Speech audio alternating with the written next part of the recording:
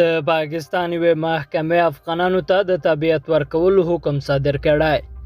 د پاکستان یوې محکمې د پنجشنبې په ورځ حکم صادر کړی چې حکومت د هغو افغانانو ته تابعیت ورکړي چې په پاکستان کې په یوه مهاجره کورنۍ کې زیږېدلي وي.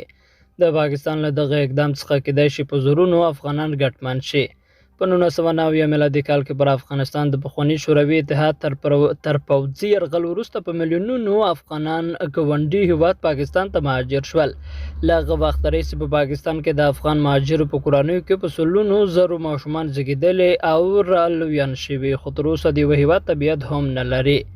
په اسلام آباد کې لوړې محکمې یا های کورټ د دغه هیواد کورنۍ چارو وزارت امر کړی چې ټولو هغو افغان مهاجرو ته چې په پاکستان کې د زیږېدنې تصدیق پاڼې لري تابعیت ورکړي.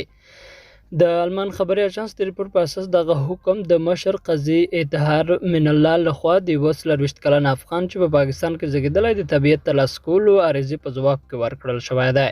دغه خبره د دغه افغان مدافع وکیل عمر ګیلاني کړې چې په وینا د موکل درخواست یې پخوا رد شوی و. د ملګرو ملتونو د مهاجرت ادارې په حواله په پاکستان کې څه باندې 2 میلیونه افغانان مهاجر ژوند کوي چې ډېر یې له 1990 میلادي کال راهیسې په دغه هیواد کې میشت دي. د شوروي اتحاد تر یرغل وروسته پاکستان په 1990 میلادي لسیزه کې د طالبانو د لومړنۍ دورې پر مهال د دوهم ځل لپاره د افغان کډوالو لپاره خوڅپو سره مخ شو.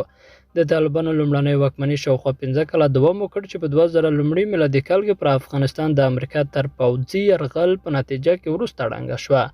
درنو لیدونکو له ملتیا مننه.